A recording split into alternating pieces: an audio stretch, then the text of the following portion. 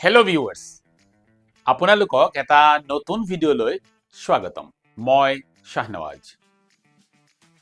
ধনী অথবা মিলিয়নিয়াৰ বা বিলিয়নিয়াৰ হ'বলৈ কি কৰিব লাগে? কোনো ব্যক্তি হঠাৎ ধনী হৈ নাযায় বা কপালৰ ভৰত কোনো এজন ব্যক্তি ধনী হৈ নুঠে বা কোনো এজন ব্যক্তিৰ জীৱনলৈ টকাৰ বৰষুণ কপালৰ বলত নামি নাহে। তেতিয়াহ'লে এনে কি গোপন সূত্ৰ আছে যাৰ বাবে মানুহ মিলিয়নিয়াৰ অথবা বিলিয়নিয়াৰ হৈ পৰে? কেইটামান গোপন সূত্ৰ আছে যিবোৰ মানি চলিলে হয়তো আপোনাকো অহা বছৰ ধনী ব্যক্তিৰ তালিকাত দেখিবলৈ পাম। ধনী মানুহ এজনে সময়ৰ বিনিময়ত তেওঁ দৰমহা নলয়। মানে এই ধৰক 9 to 5 অথবা 24/7 যিটো চাকৰিৰ কথা ভাবে, সেই চাকৰি কৰি কোনো এজন মানুহ কিন্তু ধনী হ'ব নোৱাৰে। ধনী ব্যক্তিসকলে তেওঁলোকে যি সময় খৰচ কৰে তাৰ বিনিময়ত তেওঁলোকে সম্পদ গঢ়ে।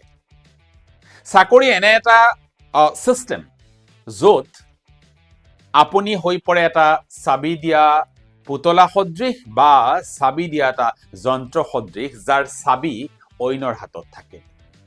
মষ্ট ইণ্টাৰেষ্টিং কথাটো হৈছে আজিলৈ কোনো ব্যক্তি চাকৰি কৰি ধনী হ'ব পৰা নাই বা মিলিয়নিয়াৰ অথবা বিলিয়নিয়াৰৰ তালিকাত তেওঁলোকে নাম অন্তৰ্ভুক্তি কৰিবলৈ কিন্তু সক্ষম হোৱা নাই। দ্বিতীয় কথাটো হৈছে ঋণ মানে লোন। ঋণ বেয়া নহয়। ধনী ব্যক্তিসকলে ঋণ লৈ তেওঁলোকে সম্পদৰ সাম্ৰাজ্য গঢ়ে। আৰু যিসকল দুখীয়া মানুহ তেওঁলোক দুখীয়া হৈ কিয় থাকে জানেনে? তেওঁলোকে ঋণ লৈ লাইবিলিটিজ বঢ়ায়। মানে ধৰক আমাৰ সমাজত ষ্টেটাছ দেখুৱাবলৈ গৈ ঋণ লৈ মানুহে আইফোন অথবা গাড়ী কিনে, যাৰ মূল কথাটো হৈছে ষ্টেটাছ দেখুওৱা, কিন্তু যি আপোনাক লাইবিলিটিজ হে তৈয়াৰ কৰে। আপুনি চাবচোন, যেতিয়া আপুনি ঋণ লৈ আইফোন অথবা গাড়ী এখন কিনে, সেই কিনাৰ আপোনাৰ চখটো হৈছে কেৱল মাত্ৰ সমাজক দেখুৱাবলৈ, যিটোৱে আপোনাক দিনক দিনে দুখীয়া কৰি লৈ গৈ থাকে। ধনী ব্যক্তিসকলৰ এনে চখ নাই। তেওঁলোকে ঋণ লৈ কিন্তু সম্পদৰ সাম্ৰাজ্য গঢ়ে। আপোনাৰ নেটৱৰ্ক হৈছে আপোনাৰ অন্যতম সম্পদ। ধনী ব্যক্তিসকলে কেতিয়াও হতাশগ্ৰস্ত অথবা নিগেটিভ মাইণ্ডেড পিপল যিসকল থাকে তেওঁলোকৰ সংস্পৰ্শলৈ নাহে। আৰু আমি যিসকল দুখীয়া হৈ থাকো তেওঁলোকৰ আশে পাশে সদায় হতাশগ্ৰস্ত অথবা কোনো নিগেটিভ মানুহৰ পয়োভৰটো অকণমান বেছিকৈ থাকে। এবাৰ আপুনি অকণমান চকু ফুৰাই চাওকচোন, আপোনাৰ চাৰিওদিশে থকা মানুহবোৰ ক'ৰবাত হতাশগ্ৰস্ত আৰু নিগেটিভ মানুহ নেকি? যদি আপুনি হতাশগ্ৰস্ততাত ভোগা অথবা নিগেটিভ মানুহৰ সংস্পৰ্শত আছে, তেন্তে ই কিন্তু আপোনাক ধনী হ'বলৈ বাধাৰ সৃষ্টি কৰিছে।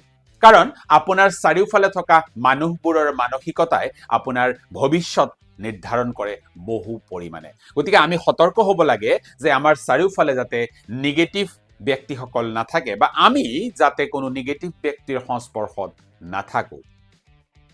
এটা আটাইতকৈ ডাঙৰ কথা যে ধনী ব্যক্তিসকলে প্ৰতিদিনেই আৰ্থিক জ্ঞান লাভৰ বাবে তেওঁলোকে বিনিয়োগ কৰে। মানে ধৰক তেওঁলোকে কিতাপ পঢ়ে, তেওঁলোকে মটিভেশ্যনেল টকছ শুনে অথবা তেওঁলোকে কোনো মাষ্টাৰ মাইণ্ডক ফ'ল' কৰে। ধনী ব্যক্তিসকলে ৰীল চাই অথবা জোকছ চাই অথবা পৰ্ণ চাই তেওঁলোকে সময় বৰবাদ নকৰে। আৰু আমি বহুতে হাতৰ মোবাইল ফোনটো স্ক্ৰল কৰি কৰি কেৱল মাত্ৰ ৰীল চাই বা জোক চাই আমাৰ বহুমূলীয়া যিটো সময় আমি নষ্ট কৰোঁ। কিন্তু মিলিয়নিয়াৰ অথবা বিলিয়নিয়াৰ যিসকল হৈছে তেওঁলোকৰ কিন্তু সেইবোৰ কৰিবলৈ সময় নাই। তেওঁলোকে সময় ক'ত খৰচ কৰিছে?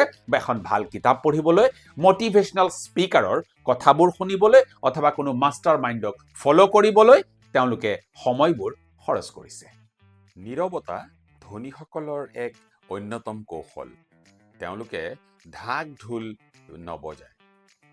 তেওঁলোকে ছাৰ দৰে থাকে আৰু বজ্ৰৰ দৰে আঘাত কৰে। আপুনি মই যেতিয়া ছ'চিয়েল মিডিয়াত ফেক লাইফষ্টাইল দেখুৱাওঁ, আইফোন কিনো অথবা দামী ব্ৰেণ্ডৰ পোচাক পিন্ধো, তেতিয়া তেওঁলোকে মাটি কিনে শ্বেয়াৰত বিনিয়োগ কৰে অথবা নতুন ব্যৱসায় আৰম্ভ কৰে শেষত এটা কথা কওঁ ধনী মিলিয়নিয়াৰ অথবা বিলিয়নিয়াৰ সকলে বিক্ৰী কৰে তেওঁলোক একোজন বিক্ৰেতা কোনোৱে বিক্ৰী কৰে পণ্য কোনোৱে সাৰ্ভিস কোনোৱে ব্ৰ্যান্ড অথবা কোনোৱে স্কিল বিক্ৰী কৰে বিক্ৰেতা নোহোৱাকৈ কোনো ব্যক্তি মিলিয়নিয়াৰ অথবা বিলিয়নিয়াৰ হ'ব নোৱাৰে আজিলৈ মিলিয়নিয়াৰ অথবা বিলিয়নিয়াৰ হৈ যিসকলে তেওঁলোকৰ সাম্ৰাজ্য গঢ়িছে প্ৰতিজনেই একোজা সদক্ষ বিক্ৰেতা আপুনি যদি বিক্ৰেতা হ'ব নোৱাৰে আপুনি যদি নিজক বিক্ৰী কৰিব নোৱাৰে তেতিয়াহ'লে আপোনাক কিনিব কোনে পৃথিৱীখন এখন বজাৰ